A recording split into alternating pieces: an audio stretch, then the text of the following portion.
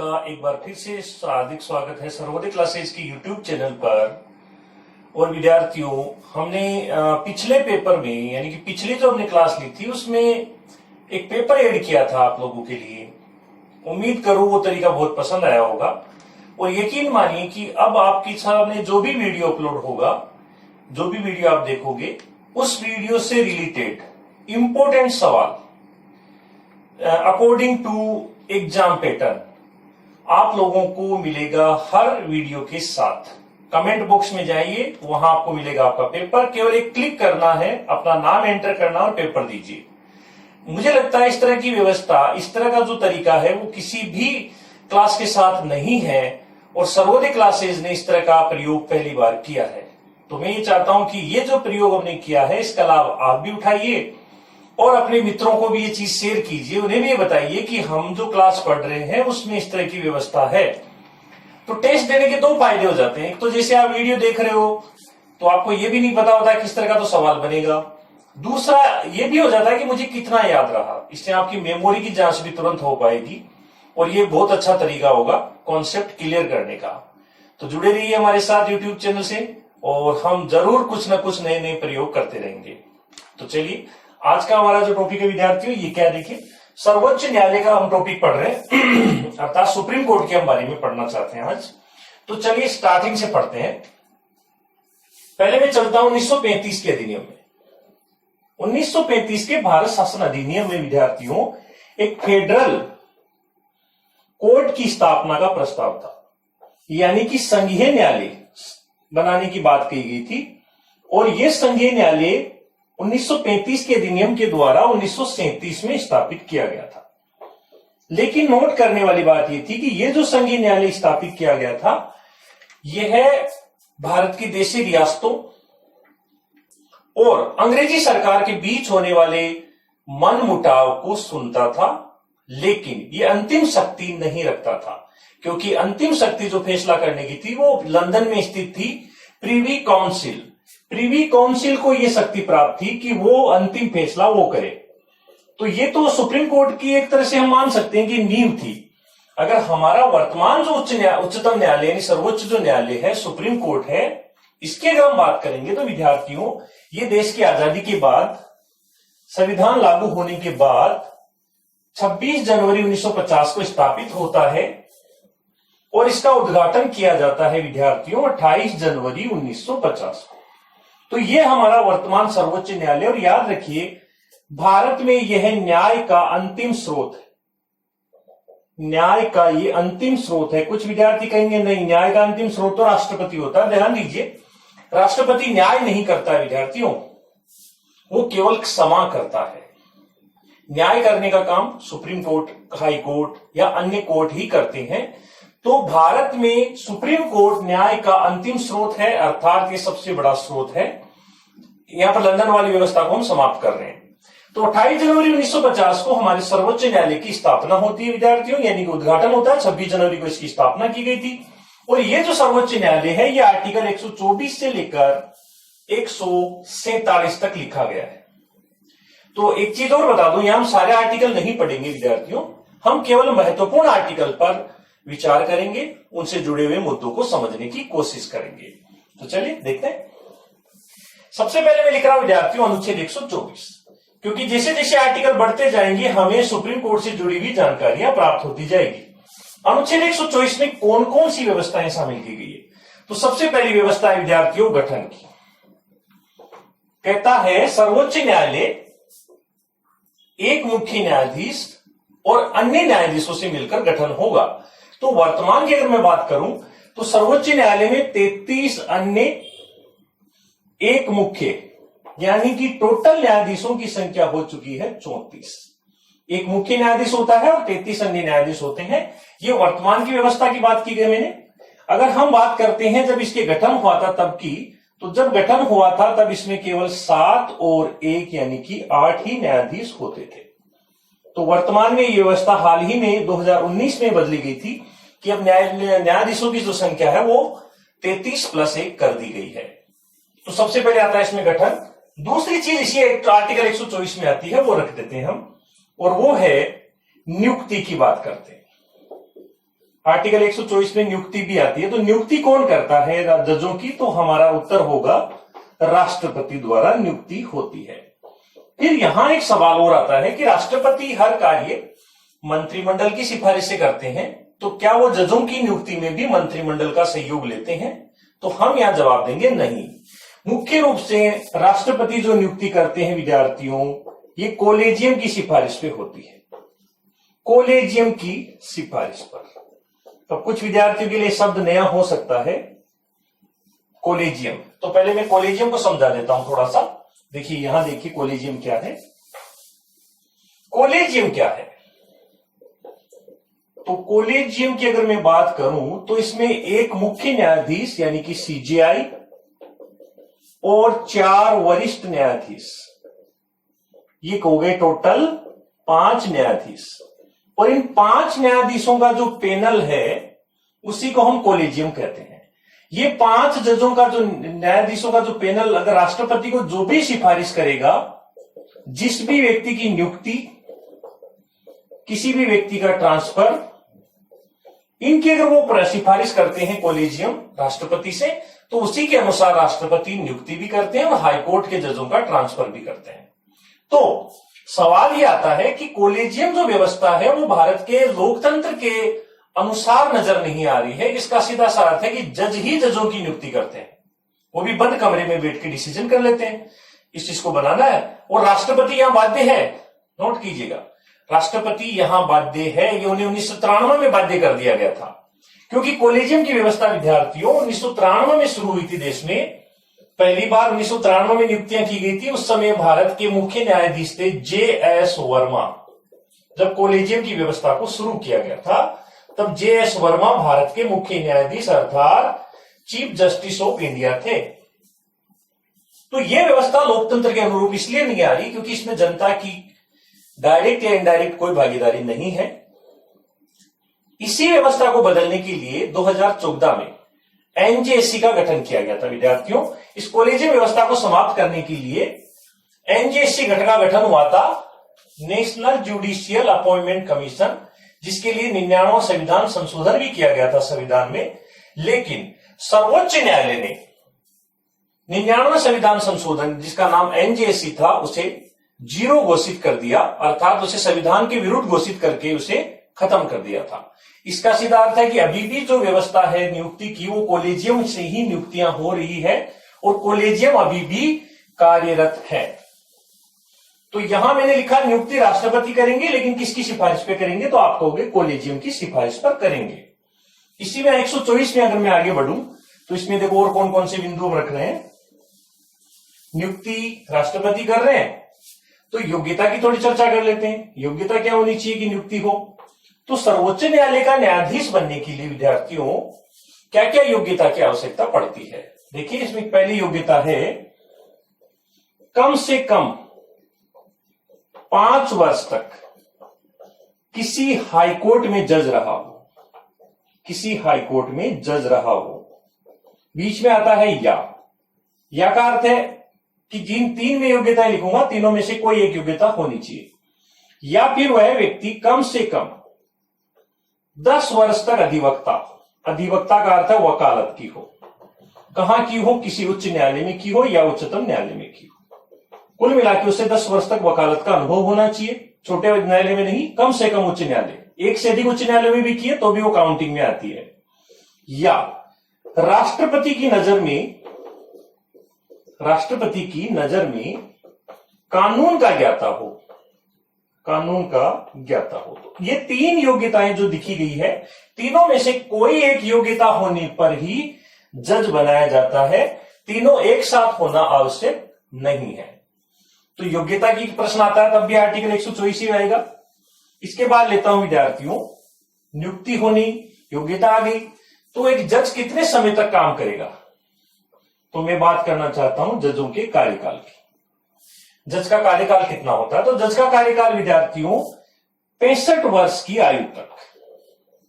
Supreme court के जज अपने पद पर 65 वर्ष की आयु तक कार्य करते हैं, जबकि हाईकोर्ट के न्यायाधीश अपने पद पर 62 वर्ष की आयु तक ही कार्य करते हैं। कार्यकाल इसी में रख देता हूं विद्यार्थियों, शपथ।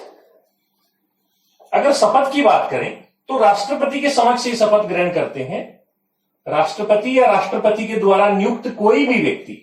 तो इसमें परंपरा मोस्टली यह रखी गई है कि जो मुख्य न्यायाधीश होते हैं उन्हें तो राष्ट्रपति शपथ दिला देते हैं, और जो अन्य न्यायाधीश होते हैं उन्हें मुख्य न्यायाधीश शपथ दिलाते हैं।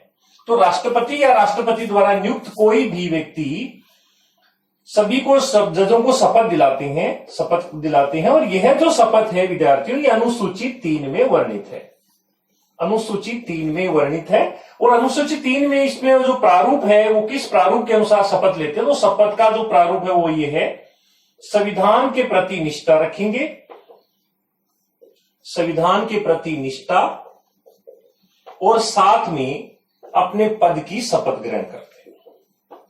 तो इसी में आ जाती है विद्यार्थियों जजों की शपथ। और इसी आर्टिकल 124 में आ जाती है जजों को हटाने की प्रक्रिया। जजों को कैसे, उन्हें पद से हटाया जा सकता है, तो हटाने की प्रक्रिया। तो मैं आपको बताऊं विद्यार्थियों, जजों को हटाने के लिए यहां जो हम, अगर मैं लिख दूं महाभियोग, तो ये शब्द विद्यार्थीगण गलत हो जाएगा। मैं पहले भी बता चुका हूं आपको कि महाभियोग शब्द का प्रयोग मोस्टली कर दिया जाता है, लेकिन महाभियोग शब्द का प्रयोग केवल और केवल राष्ट्रपति के लिए होता है। अंग्रेजी में इसे इम्पीचमेंट कहा जाता है। आर्टिकल 61 में राष्ट्रपति पर महाभियोग लगता है। जजों को हटाने के लिए संविधान में रिमूव शब्द लिखा गया है। रिमूव माने हटाना। तो हटाने की जो शक्ति है, हटाने की शक्ति रखती है विद्यार्थियों संसद। संसद के दोनों सदन, इसमें देखिए प्रक्रिया को समझा देता हूं विद्यार्थियों। किसी भी जज को अगर हटाना हो, तो लोकसभा में कम से कम 100 प्रस्तावक होने चाहिए। सबसे पहले प्रस्ताव लाने के लिए भी 100 सदस्यों की सहमति आवश्यक है, जबकि राज्यसभा में कम से कम 50। यानी कि यह व्यवस्था किसी भी सदन में शुरू की जा सकती है, हटाने की जो प्रक्रिया है। तो चाहे तो लोकसभा में करे, चाहे राज्यसभा में, लेकिन सदस्यों की संख्या अलग अलग होगी। कम से कम 100, कम से कम 50। अगर प्रस्ताव स्वीकार कर लेता है अध्यक्ष या सभापति, तो उसके बाद 2/3 बहुमत द्वारा दोनों सदन अगर ये प्रस्ताव पारित कर देंगे तो राष्ट्रपति हटाने की शक्ति रखेंगे। उसके बाद राष्ट्रपति कहेंगे हट जाओ, और सीधा सीधा जो जज होगा वो अपना पद छोड़ देगा। तो सवाल यह आता है कि यह जो महाभियोग की प्रक्रिया नहीं है, लेकिन क्या भारत के किसी न्यायाधीश पर, सुप्रीम कोर्ट के किसी न्यायाधीश पर कभी हटाने का प्रस्ताव लाया गया है? तो चलिए मैं यहां पर 2 पॉइंट बता रहा हूं। हर पॉइंट को अच्छे से समझिए, क्योंकि आज जो सवाल आएंगे ना विद्यार्थियों आपके, इसमें 20 सवाल डाले मैंने, उनमें ये सारे सवाल शामिल है जो मैं बोर्ड पे एक एक पॉइंट आपको समझा रहा हूं। तो देखिए, हटाने की प्रक्रिया में मैं बताऊं कि भारत में वी रामास्वामी सुप्रीम कोर्ट के ऐसे पहले जज थे जिन्हें हटाने का प्रस्ताव 1993 में लाया गया था। 1993 में संसद में उस पर चर्चा हुई थी। सोमनाथ चटर्जी उस समय देश के लोकसभा अध्यक्ष थे। वी रामास्वामी वो पहले न्यायाधीश है, मुख्य न्यायाधीश नहीं है, न्यायाधीश है, जिनके ऊपर प्रक्रिया लाई गई थी, लेकिन ये प्रक्रिया पारित नहीं हो पाई थी। और हाल ही में अगर मैं मुख्य न्यायाधीश की बात करूं, ये ऐसा पहली बार हुआ है। 47 न्यायाधीश अब तक बन चुके हैं मुख्य, लेकिन 47 में पहली बार हुआ कि भारत के एक मुख्य न्यायाधीश थे जस्टिस दीपक मिश्रा, जो भारत के मुख्य न्यायाधीश है। इनके खिलाफ 20 अप्रैल 2018 को राज्यसभा में हटाने का प्रस्ताव लाया गया था, लेकिन इसे भी स्वीकार नहीं किया था सभापति ने, इसलिए वो हट नहीं पाए थे। लेकिन ये केवल एक न्यायाधीश थे जिन्हें लाया गया हटाने का प्रस्ताव, ये एक मुख्य न्यायाधीश है जिन्हें लाया गया हटाने का प्रस्ताव, और दोनों ही बार ये प्रस्ताव पारित नहीं हुआ है। तो ये आता है आर्टिकल 124 में 6 विशेषताएं हमने रखी है। इसके आगे लेता हूं विद्यार्थियों आर्टिकल 125। आर्टिकल 125 में चलेंगे तो इसमें आ जाते हैं वेतन और भत्ते। जजों के वेतन भत्तों की चर्चा हो रही है। तो जजों के वेतन भत्ते दिए जाते हैं विद्यार्थीगण संचित निधि से, पहले तो ये याद रखेंगे। और जजों के वेतन भत्ते संचित निधि से दिए जाते हैं और संसद के द्वारा तय किया जाता है किसको कितना वेतन मिलेगा। तो ये वेतन देखिए, अभी वर्तमान में मुख्य न्यायाधीश का जो वेतन बन रहा है वो 2,80,000 रुपए ये प्रति माह है। और जो अन्य न्यायाधीश होते हैं विद्यार्थियों, इनका वेतन बढ़ाकर कर दिया गया है 2,50,000 रुपए पर मंथ। तो ये नया वेतन आ चुका है 7वें वेतन आयोग के बाद में। और इनके वेतन और भत्तों में एक बार नियुक्ति के पश्चात अलाभकारी परिवर्तन नहीं किया जा सकता, अर्थात उन्हें कम नहीं किया जा सकता है। तो 125 में वेतन भत्ते आ जाएंगे। इसके आगे लेते हैं विद्यार्थीगण अनुच्छेद 126।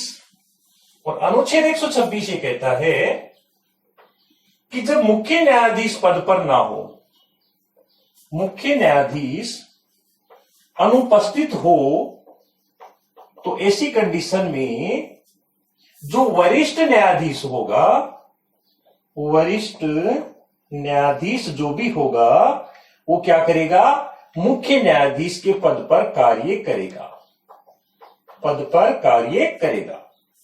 तो यह आ जाता है वरिष्ठ न्यायाधीश द्वारा मुख्य न्यायाधीश के पद पर कार्य करने की शक्ति अनुच्छेद 126 में। इससे आगे लेता हूं विद्यार्थियों अनुच्छेद 127 को। और 127 कहता है कि अगर सुप्रीम कोर्ट में कोरम पूरा ना हो, यानी कि जजों की संख्या कम चल रही हो, तो ऐसी स्थिति में जो मुख्य न्यायाधीश होगा सर्वोच्च न्यायालय का, यानी CJI, chief justice of India, राष्ट्रपति से अनुमति लेकर क्या कर सकता है, किसी हाईकोर्ट के न्यायाधीश को तदर्थ न्यायाधीश नियुक्त कर सकता है। तदर्थ यानी कुछ समय के लिए, लगभग 2 साल का समय होता है, तो तदर्थ न्यायाधीश को नियुक्त कर सकता है। और जब ये न्यायाधीश उस पद पर कार्य कर रहा होता है तो उतना ही वेतन प्राप्त करेगा जितना एक सर्वोच्च न्यायालय का न्यायाधीश प्राप्त करता है, यानी वेतन भत्ते वही मिलेंगे। इसके आगे लिखते हैं विद्यार्थियों अनुच्छेद 128। और अनुच्छेद 128 में प्रावधान किया गया कि CJI, chief justice of India, राष्ट्रपति की अनुमति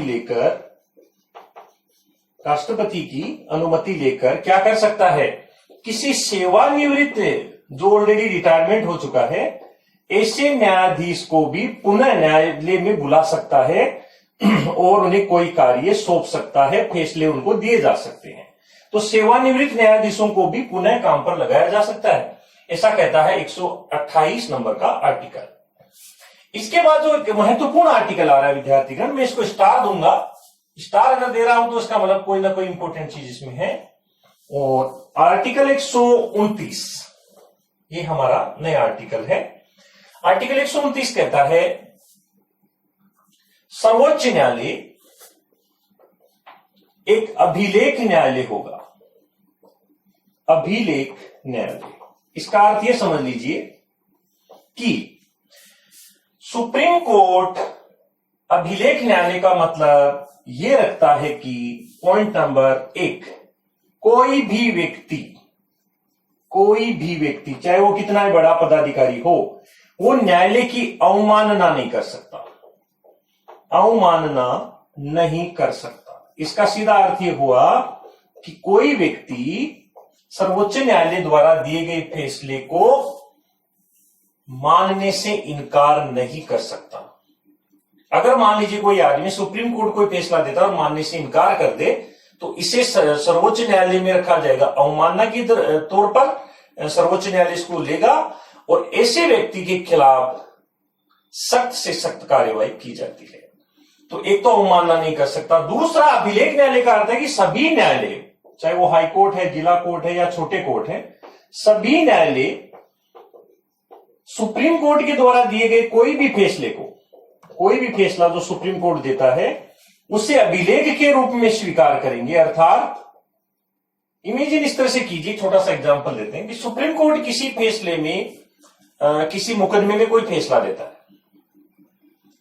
सेम मुकदमा सुप्रीम कोर्ट ने एक फैसला दिया, सेम मुकदमा किसी हाईकोर्ट में जाता है, तो हाईकोर्ट सबसे पहले ये देखेगा कि क्या ऐसा मुकदमा सुप्रीम कोर्ट में कभी आया। अगर उसे स्टडी से पता चला कि आया, स्टडी तो उनको करनी पड़ती है, आया, इसका अर्थ है कि अब जो हाईकोर्ट जो फैसला देगा वो सुप्रीम कोर्ट के फैसले के विरोध में नहीं हो सकता। इमेजिन करें किसी आदमी को सुप्रीम कोर्ट ने 10 साल की सजा सुनाई थी उस मुकदमे में, तो हाईकोर्ट उसे 7 साल की सजा नहीं सुना सकता, क्योंकि ऐसा करने का सीधा अर्थ है कि वो सुप्रीम कोर्ट का अवमानना कर रहा है, उसे अभिलेख के रूप में स्वीकार नहीं कर रहा है, तो ऐसी कंडीशन में हाईकोर्ट को भी उस व्यक्ति को 10 साल की सजा ही देनी पड़ेगी। तो ये आर्टिकल 129 जिसमें लिखा गया सर्वोच्च न्यायालय का अभिलेख न्यायालय, काफी इंपोर्टेंट, ये आर्टिकल पूछा भी जाता है कई बार, तो 129 में आता है अभिलेख न्यायालय। इससे आगे लेते हैं विद्यार्थीगण अनुच्छेद 130, और अनुच्छेद 130 कहता है कि सर्वोच्च न्यायालय राष्ट्रपति की अनुमति से, राष्ट्रपति अगर अनुमति दें तो राष्ट्रपति की अनुमति से देश में कहीं पर भी आयोजित हो सकता है, देश में कहीं भी आयोजित हो सकता है। इसका अर्थ है कि अगर सुप्रीम कोर्ट चाहे तो जयपुर में भी आ सकता है, चाहे तो अजमेर आ जाए, चाहे तो कुचाण में भी आ जाए, देश में किसी भी कोने में कहीं भी सुप्रीम कोर्ट का आयोजन हो सकता है। तो सुप्रीम कोर्ट एक बिल्डिंग नहीं है, आप इस तरह से समझिए। सुप्रीम कोर्ट का अर्थ है उसमें बैठने वाले जजों का पैनल, जो जज वहां बैठते हैं, मामले की सुनवाई करते हैं। अगर वो सुनवाई के लिए कहीं और चले जाएंगे तो हम कहेंगे सुप्रीम कोर्ट वहां चला गया। तो ये व्यवस्था आर्टिकल 130 में है कि भारत में कहीं पर भी आयोजित किया जा सकता है, लेकिन ये मुख्य रूप से दिल्ली में इसकी जो पीठ है वही है। अनुच्छेद 131 कहता है विद्यार्थीगण सर्वोच्च न्यायालय की प्रारंभिक अधिकारिता। प्रारंभिक अधिकारिता का अर्थ है कि सर्वोच्च न्यायालय ही कर सकता है जो काम, कौन कौन से, जैसे दो राज्यों के बीच होने वाले मुकदमे, दो राज्यों के बीच होने वाले विवाद, ऐसे विवाद को सिर्फ सुप्रीम कोर्ट सुनेगा। याद रखिए ये सुप्रीम कोर्ट की पावर है। दो राज्यों के बीच होने वाला विवाद अगर है, या फिर केंद्र और राज्य के बीच अगर कोई विवाद है, केंद्र राज्य के बीच कोई विवाद है, या फिर इसी में रख देता हूं मैं तीसरा पॉइंट,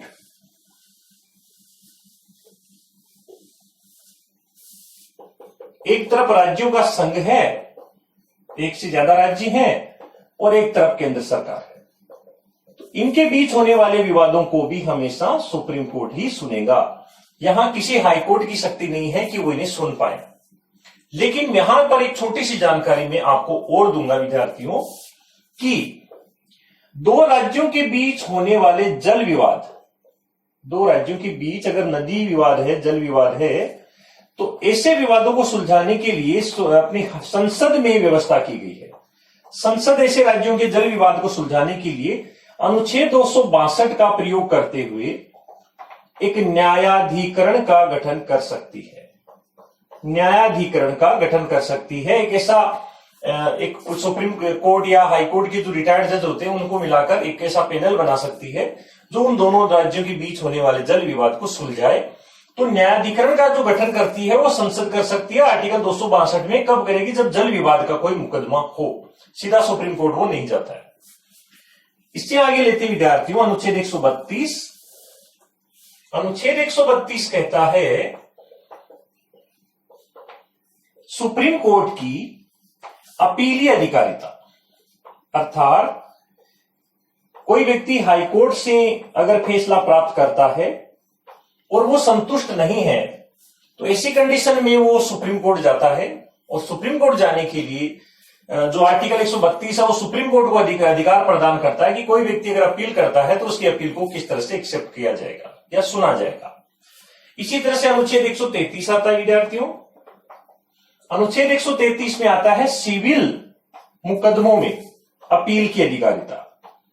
सिविल मुकदमे यानी नागरिक मुकदमे जिनमें आता है तलाक, विवाह, उत्तराधिकार, ऐसे मुकदमों को सुप्रीम कोर्ट में अपील करने के लिए आर्टिकल 133 में शक्ति प्राप्त है। अनुच्छेद 134 में आती है विद्यार्थियों दांडिक। दांडिक यानी इसको मैं अगर अंग्रेजी में कहूंगा तो क्रिमिनल, और इसे अगर बोलते तो फौजदारी। ऐसे मुकदमों को सुनने की जो अपील करने की जो अधिकारिता होती है वो आती है विद्यार्थियों अनुच्छेद 134 में। सिविल मुकदमों में, दांडिक मुकदमों में, यह अनुच्छेद 133-34 में शामिल है। इसके आगे जो मैं आर्टिकल ले रहा हूं विद्यार्थीगण वो है आर्टिकल 137, अनुच्छेद 137। ये काफी इंपॉर्टेंट है। इसमें याद रखना सर्वोच्च न्यायालय अपने ही फैसलों का अपने फैसलों का क्या कर सकता है, पुनः अवलोकन कर सकता है, अर्थात वो इन फैसलों को बदल सकता है। सुप्रीम कोर्ट कोई फैसला आज देता है और 5 साल बाद उसे कहेगा नहीं वो फैसला मेरा जो था वो सही नहीं है, मैं तो इसको इस तरह से कहूं, ये इस तरह से होगा, तो बदल सकता है। तो ये याद रखेंगे, सुप्रीम कोर्ट अपने ही फैसलों को फिर से अवलोकन करने की शक्ति रखता है और उन्हें बदलने की शक्ति भी रखता है, और यह आर्टिकल आता है 137। इसी तरह से विद्यार्थीगण अनुच्छेद 139 आता है, और 139 कहता है सुप्रीम कोर्ट द्वारा रिट जारी करने की शक्ति, रिट जारी करने की शक्ति। तो शक्ति रखती है रिट जारी करने की, जो हम पहले भी चर्चा कर चुके हैं। आर्टिकल 32(1) में सुप्रीम कोर्ट 5 प्रकार की रिट जारी करता है नागरिकों के मौलिक अधिकारों की रक्षा के लिए, वो ये आर्टिकल 139 है। रिट जारी करने की शक्ति 139 में आती है। अनुच्छेद 141 में आता है विद्यार्थीगण, सर्वोच्च न्यायालय द्वारा कोई भी विधि घोषित की जाती है, कानून बनाया जाता है, वैसे कानून नहीं बनाता ये एडवाइजरी जारी करता है। कानून बनाने की शक्ति संसद के पास है। कोई भी एडवाइजरी जारी करता है, विधि, संसद द्वारा घोषित विधि सभी न्यायालयों पर बाध्यकारी होती है। अर्थात अगर वो कोई नियम बनाता है तो इसका सीधा सा अर्थ है कि भारत के वो सभी हाई कोर्ट और अन्य जितने भी डिस्ट्रिक्ट कोर्ट हैं उन पर भी ऑटोमेटिक लागू हो जाएगी, उन्हें भी वही चीज मानने के लिए बाध्य होना पड़ेगा। एक आ रहा आर्टिकल विद्यार्थीगण अनुच्छेद 143, इसे मैं दूंगा स्टार, ये काफी इंपोर्टेंट है। इसमें दी जाती है सर्वोच्च न्यायालय द्वारा राष्ट्रपति को विधिक सलाह अर्थात कानूनी सलाह प्रदान करता है सुप्रीम कोर्ट, और ये जो सलाह यहां प्रदान करता है इसे मानने के लिए राष्ट्रपति बाध्यकारी नहीं है, मानने को राष्ट्रपति बाध्य नहीं है। लेकिन कोलेजियम अर्थात 5 जजों के पैनल द्वारा जजों की नियुक्ति ट्रांसफर से संबंधित जो सलाह राष्ट्रपति को दी जाती है उसे राष्ट्रपति मानने को बाध्य है। तो ये मुख्य विद्यार्थियों जो आर्टिकल आते हैं सर्वोच्च न्यायालय से जुड़े हुए। इसके बाद में कुछ सर्वोच्च न्यायालय से जुड़ी हुई और जानकारियां आपसे शेयर करूं तो देखिए, सबसे पहले चलिए लेते हैं, चलिए ये ले लेते हैं सबसे लंबे कार्यकाल